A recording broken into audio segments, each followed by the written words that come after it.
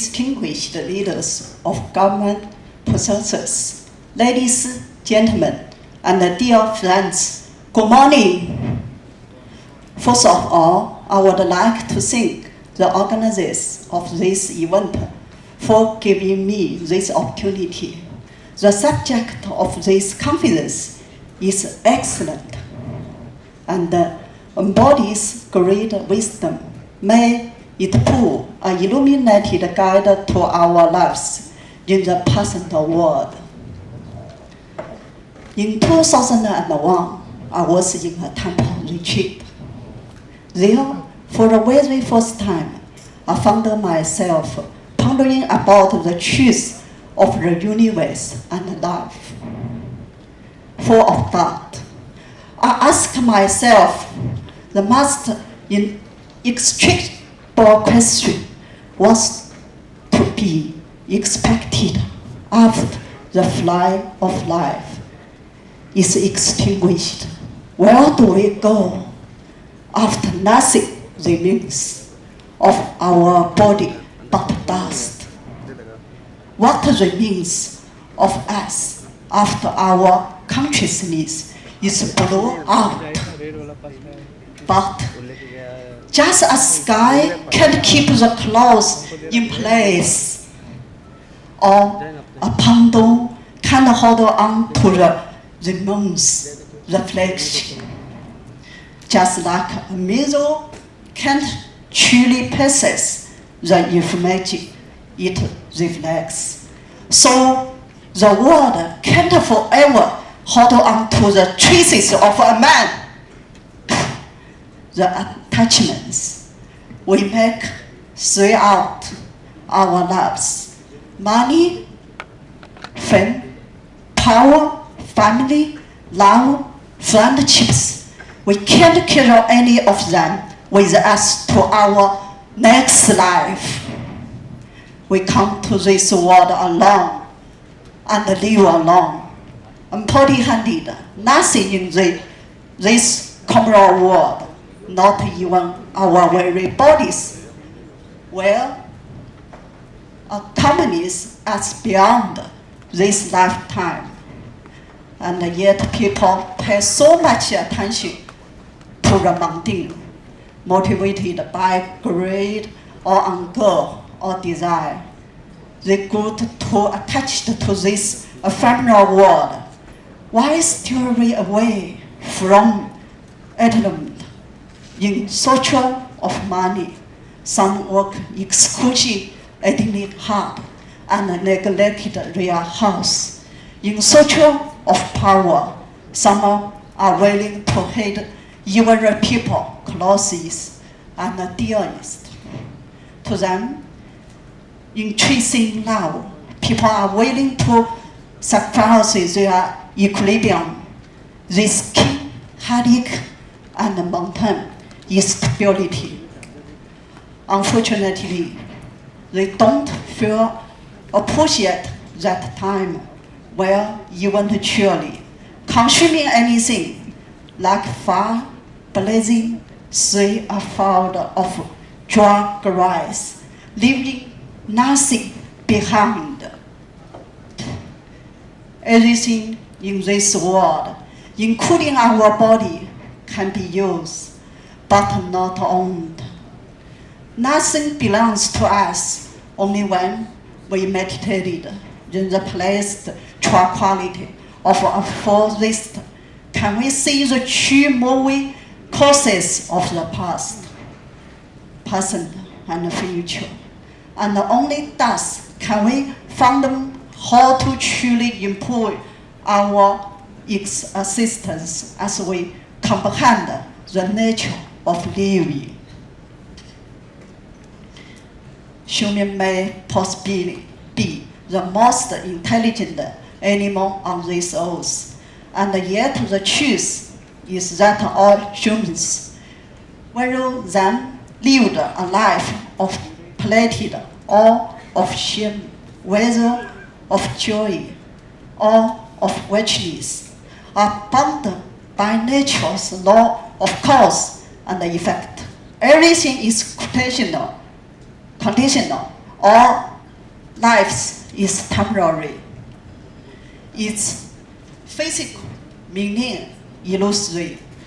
That is why Chinese soldiers have taught us to honor the living philosophy of the Buddha by letting his teachings of morality and fidelity penetrate into our minds. We can be inspired to live a life of virtue. Looking back, and more than 5,000 years of Indian history, one finds how the ancient traces of great impulse that once bore witness to heroic stories are now reduced to nothing but tourist attractions and the size of national pilgrimage.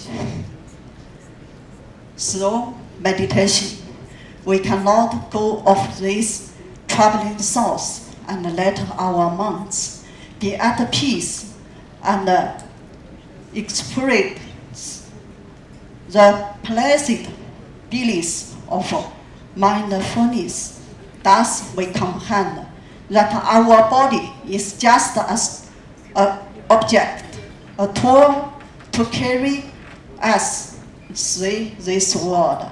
Our alaya is like a guest from a far away place for a benefit time.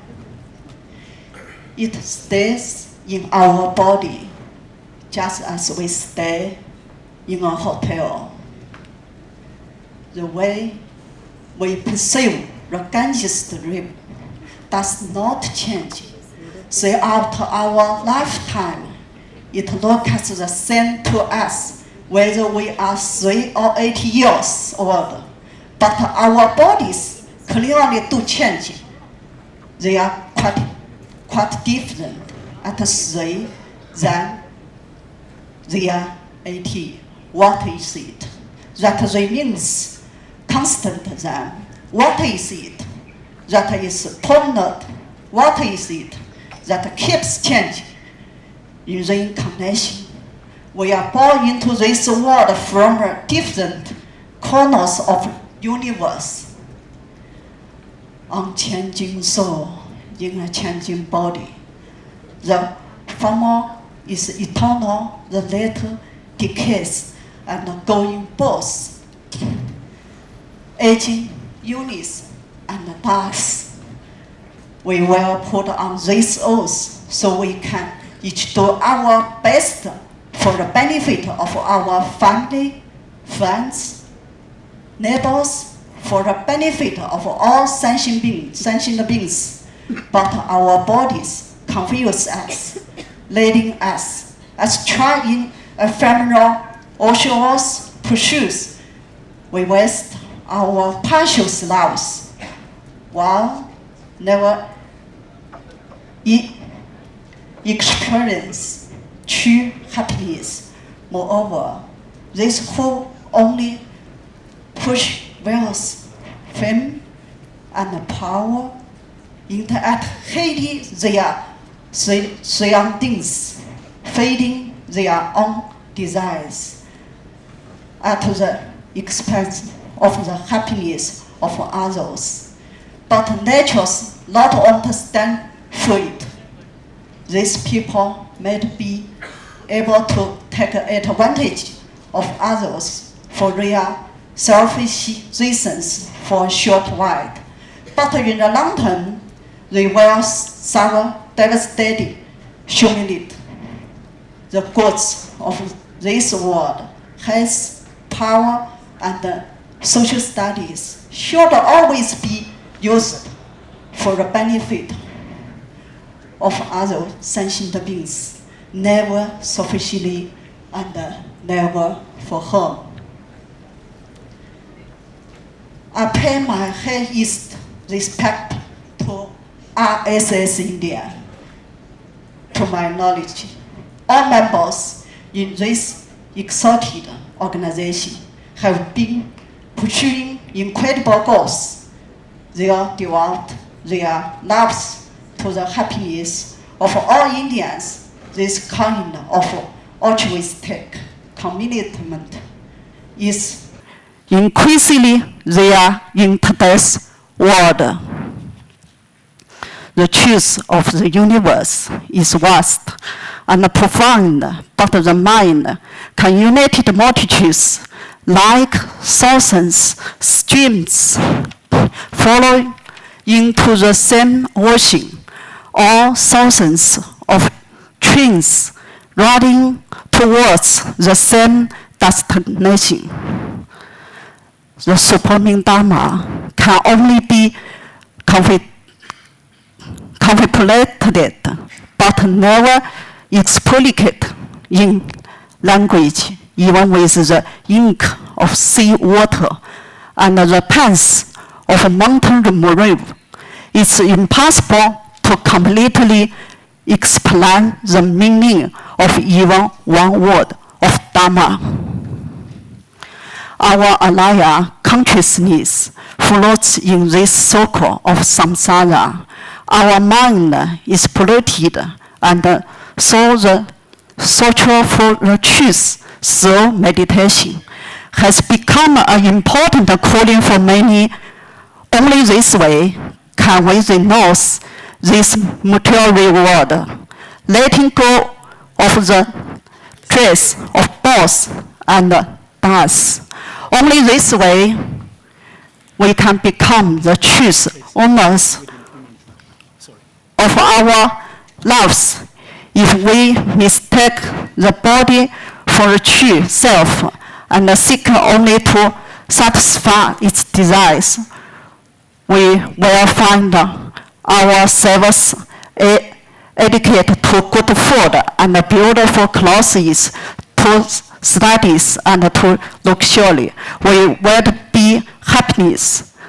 Their attachments are the cause of our weathers, confusions, pains, and obstacles to true peace, leading only to life of unhappiness. The suffering will carry past this single life onto many future incarnations. A real practitioner of these arts has mind in smahi. He will not get attached to anything or anywhere in this world. He loves God is to benefit others, whether gliding through here plans of dumbing down here on earth. The mind of the practitioner will see the difference in this mindset. He will not feel samsara. His mind will not grow attachments and will see to distinction between high and low, stillness and motion, love and death. This is the true Nirvana. It is the door of the universe. Thank you so much for your time. Best wish to this conference have a great success. Thank you. Thank you, Ms. Sattva Zhang.